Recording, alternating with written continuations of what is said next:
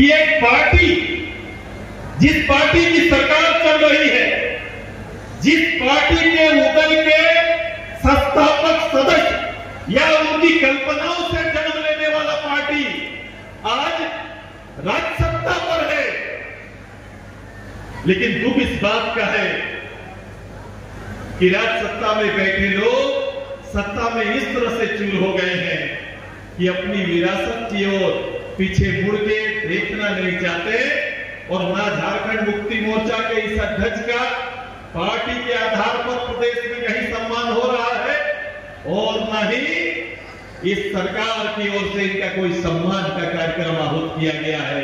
इस बात का दुख होता है। समय के साथ लोग आगे बढ़ते हैं, बढ़ना भी चाहिए, लेकिन ध्यान रहे कि जैसे जैसे हम अपने उदय के कारणों को भूलते जाएंगे, अपने सृजन के आधार को कमजोर करते जाएंगे, हमारे राज्य की सृष्टि का आधार भी कमजोर होता जाएगा।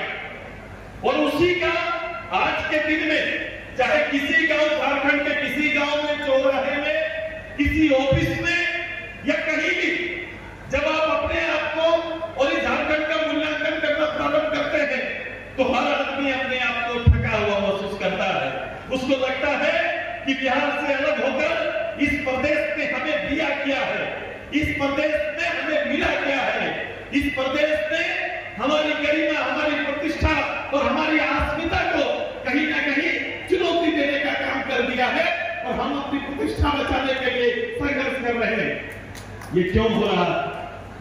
इसका आधार ये है कि जब राजनीति विचार से भटक जाए, जब राजनीति विचारधारा के पहिए किसी राजनीतिक दल में ना चले, तो निश्चित रूप से ऐसे भटकाएंगे। मंजिल मिलेगा, लेकिन मंजिल का आधार और मंजिल में होने का एहसास आपको नहीं हो सकता है। मैं बड़ी गंभीर बात कर रहा हूं, और मैं आजसू को और आजसू पार्टी को, इस पार्टी जो उसी काल में और उनके आदर्शों पर आगे बढ़ने का काम किया, उसी बुनियाद और उसी सोच को लेकर आगे बढ़ने का हम सब लोगों ने काम किया। इसीलिए आजसू पार्टी का दायित्व कहीं ना कहीं बड़ा हो जाता है, और इसी दायित्व को याद दिलाने के लिए उसी जमीन पर आज सारे 2 विधानसभा के लोगों को हम लोग एकत्रित हुए हैं। एक नया नवनिर्माण संकल्प लेने के लिए हम सब यहाँ पर आए। आइए, आज के यहाँ आने का महत्व को समझना पड़ेगा। विनोद बाबू कोई नाम नहीं, विनोद बाबू अपने आप में विचारधारा है। विनोद जी का नाम ही विचारधारा है। उनको जितना अध्ययन करेंगे उतना पाएंगे। उनके बिताए हुए क्षण, उनके इस लोकतांत्रिक व्यवस्था में बिताए हुए क्षण, सामाजिक व्यवस्था में बिताए हुए क्षण अगर याद करेंगे तो उनको अलग अलग रूप में आप देख सकते हैं। विनोद बाबू को जब गांव में बैठेंगे और गांव के अंदर में महिलाओं का अत्याचार आप देखेंगे, महिलाओं के साथ अत्याचार होते हुए देखेंगे। ये गांव जब महिलाओं की आवाज को अनसुना करता हो, तो उस समय आपको विनोद बाबू याद आएंगे, क्योंकि विनोद बाबू ने ही इस पुरुष प्रधान समाज को शक्ति से निपटने का निश्चय किया था, और उन्होंने कहा था परिस्थिति कुछ भी हो सकती है, अबला और महिलाओं के साथ समाज में अन्याय नहीं हो सकता है, और उसका नेतृत्व विनोद बाबू किए हैं। ये विनोद बाबू की शख्सियत है। आप, मैं इसलिए कह रहा हूं, विनोद बाबू को उससे इधर बाहर निकल कर देखेंगे तो विनोद बाबू त्रिवेणी के रूप में सामने आए थे। उस समय जब इस क्षेत्र में माइनिंग का काम प्रारंभ हुआ था, जब बाहर की कंपनियां यहाँ आकर या गवर्नमेंट की कंपनियां काम करना प्रारंभ किया, तो इस क्षेत्र में हमारे लोगों की जमीन, हमारे लोगों का नौकरी, हमारे लोगों का रोजगार, एक बड़ा विषय उस समय उज्जवल होकर सामने आ गया कि जमीन कैसे बचाया जाए, जमीन का सही मुआवजा लोगों तक कैसे पहुंचे, एक विकराल विषय था। उसी समय विनोद बाबू ने अपनी क्षमता से और अपनी पढ़ाई को आधार बनाया, अपनी डिग्री को आधार बनाया, और एक विश्वास ग्रामीणों को दिया, जो जमीन दखल करने का काम प्रारंभ हुआ तो सही मुआवजा उस किसान परिवार तक पहुंचे। इसकी तैयारी और उसका नेतृत्व विनोद बाबू ने वहां पर किया, ताकि सही जमीन का मूल्य और लोगों को नौकरी मिल सके। ये तैयारी उस समय उस परिवार के रूप में किया।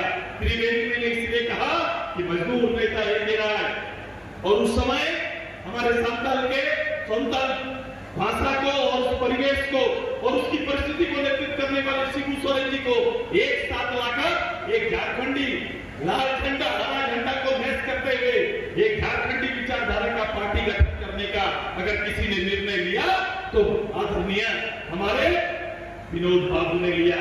मैंने कहा इसलिए एक दलीय विचार में समावेशी विचार के साथ चलने का ताकत और हिम्मत किसी में था, वो भी विनोद बाबू में था और विनोद बाबू ने ये काम करके दिखाया, वो इतिहास बना के दिखाया।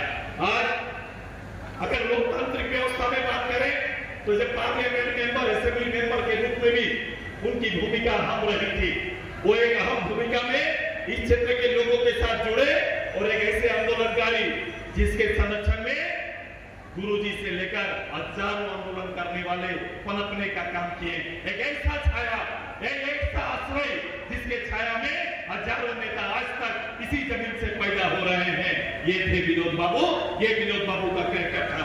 आप समझ नहीं पा रहे हैं कि इतने बड़े कैरेक्टर के चरित्र से अलग हटकर आज के दिन में अगर कोई नई राजनीति करने का बात करे तो वो कभी भी प्रासंगिक नहीं हो सकता है।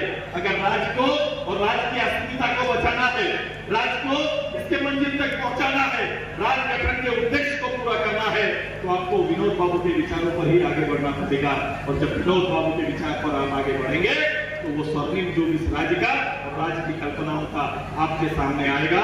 यही तैयारी में हम सब लगे हुए हैं। मैं अपनी पार्टी के एक छोटे से छोटे और भाईवान कार्यकर्ता से आह्वान करता हूँ, ये राजनीति मात्र संगठन और संगठित होने का काम नहीं है। ये राजनीति उसूल के चलने का, उसूल के साथ जीने का और इस राज्य को आगे बढ़ाने का एक दायित्व है। ये दायित्व को शायद सब लोग नहीं समझ पाते। ये जोड़ तोड़ की गणित और केवल वोट की राजनीति में हमने इन विचारों को पीछे छोड़ दिया है। आइए फिर से समय आ गया है कि विचारों के साथ हम अपने समाज को आगे बढ़ाएं, विचारों के साथ हम अपने राज्य को आगे बढ़ाएं, विचारों के साथ इस प्रदेश को खुशहाल प्रदेश बनाने की ओर हम सब मिलकर आगे बढ़े, इसकी तैयारी करनी है। आज के समय में जिन अभावों के बारे में पूर्व वक्ता बोले, ये सर्वविदित है। जब आपने इस राज्य के लिए कल्पनाएं आपके मन में ना होगी तो आपके संकल्प कभी साकार न होंगे। आज की परिस्थिति और यह सरकार नहीं सफल होने का सबसे बड़ा कारण है क्योंकि कभी हेमंत बाबू के जीवन में, उनके पूरे जीवन में कभी यह सपना राज्य के लिए आया ही नहीं कि प्रदेश के किसानों के लिए कोई कार्यक्रम होना चाहिए, प्रदेश के मजदूरों के लिए कुछ होना चाहिए, प्रदेश के नौजवानों के लिए कुछ होना चाहिए और प्रदेश के लिए संघर्ष करने वाले लोगों का सम्मान होना चाहिए। ऐसा कभी इन्होंने सोचा ही नहीं। जब जीवन में कभी ऐसा ना सोचा तो मैं हमेशा कहता हूं कि जो मिला है सत्ता, ये सत्ता राज परिवार की तरह हस्तांतरित हुआ है। ये संघर्ष का सत्ता नहीं है। आज को संघर्ष का सत्ता लाने की तैयारी करनी है। हमें संघर्ष का सत्ता चाहिए जिसका रास्ता संघर्ष से जाता हो और जो संघर्ष के रास्ता से आगे जाते हैं वो निश्चित रूप से कामयाब होंगे, वो प्रदेश का कल्याण करेंगे और प्रदेश आगे बढ़ने का काम करेगा। यही संकल्प के साथ आप सभी लोगों को आगे बढ़ना है। आने वाला समय काफी चुनौती का, जितनी गर्मी अभी यहाँ पर है ऐसे ही गर्मी आने वाले 2 महीना में होने वाला। मौसम ठंडा का आने वाला है लेकिन गर्मी आएगा और इस गर्मी में आप सभी लोगों को इस राजनीतिक तपिश जो बढ़ेगा, इस तपिश में खुद को जलाना पड़ेगा और उसके लिए एक आदमी का विश्वास जीतना पड़ेगा। एक साधारण आदमी से कोई पूछता नहीं, एक साधारण गली में जाकर कोई बैठता नहीं है। आजकल ये जो प्रबंधन का जो व्यवस्था बना हुआ है, ये प्रबंधन से आधी चीजें चल रही है और प्रबंधन से नुकसान बंधन का हो रहा है। मेरी बात को दिल से सुनिएगा। ये प्रबंधन की राजनीति बंधन को कमजोर कर रहा है। बंधन को कमजोर इसलिए कर रहा है क्योंकि हम एक एक आदमी को जोड़कर पार्टी बनाते थे, एक एक आदमी को जोड़कर गांव में सभाएं होती थी, गांव के अंदर बैठकें होती थी, राय परामर्श होता था, 2 तरफ से विचार आते थे। अब विचार केवल एक तरफा विचार हो गया, नीचे से विचार आना बंद हो गया। इसीलिए आज के दिन में ये राजनीति कमजोर पड़ गया। अगर राजनीति को गाढ़ा करना है, राजनीति को मजबूत करना है तो इससे बेहतर दिन नहीं हो सकता।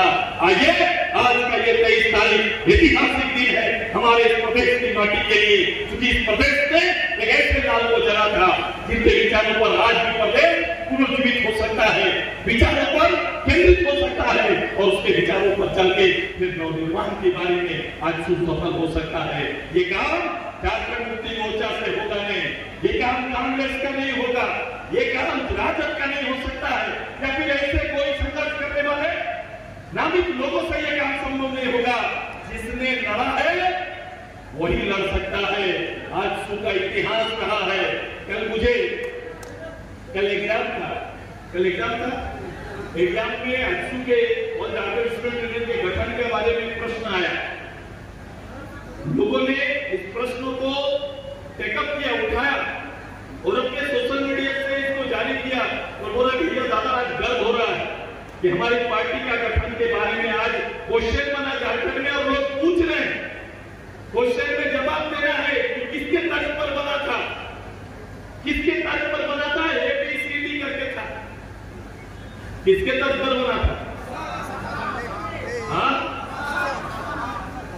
सुनाई नहीं दी। देखो उसमें ढाका छात्र संघ में लिखा हुआ था। हाँ किसके तर्ज पर बना था? ऑल बोडो स्टूडेंट्स यूनियन के तर्ज पर बना था, असम छात्र संगठन के तर्ज पर बना था। मैं आज देखो ये इतिहास है, इतिहास बदल नहीं सकता है। ये लड़ाई और उस लड़ाई का मैं तो कहता हूं कि झारखंड आंदोलन को जिसने देखा नहीं है वो सहज से झारखंड आंदोलन को समझ नहीं सकता है, और झारखंड आंदोलन को जिन लोगों ने जिया है उससे बेहतर कोई आंदोलनकारी नहीं हो सकता है, कोई बेहतर आंदोलनकारी नहीं। ये पूरा क्षेत्र, ये पूरा नेशनल हाईवे के इर्द गिर्द झारखंड आंदोलन पला पड़ा है और ऐसा का हर परिवार आंदोलन से खुद को जोड़ के रखा। उस समय झारखंड आंदोलन में कोई ब्रेक करने के लिए कोई दूसरा नहीं था, एक तो रेल। और मैं हमेशा बड़ी पृष्ठभूमि पर बात करता हूं, क्षणिक वातावरण बनाने के लिए कभी कभी कई लोग ऐसे आगे आ जाते हैं जिन्हें भविष्य की चिंता न खुद की न अपने आने वाली पीढ़ी की चिंता होती। ये प्रदेश में आने वाले समय मैं ऐसा सशक्त समाज की कल्पना कर रहा हूं जहां नौजवान आए, पढ़ा लिखा नौजवान हो, जिन्हें अपनी शक्ति का, अपने अधिकार का जरूर बोध हो, लेकिन उन्हें इसी धरती के अंदर स्थापित करने की मेरी तैयारी। कल मैं बड़का गांव में था,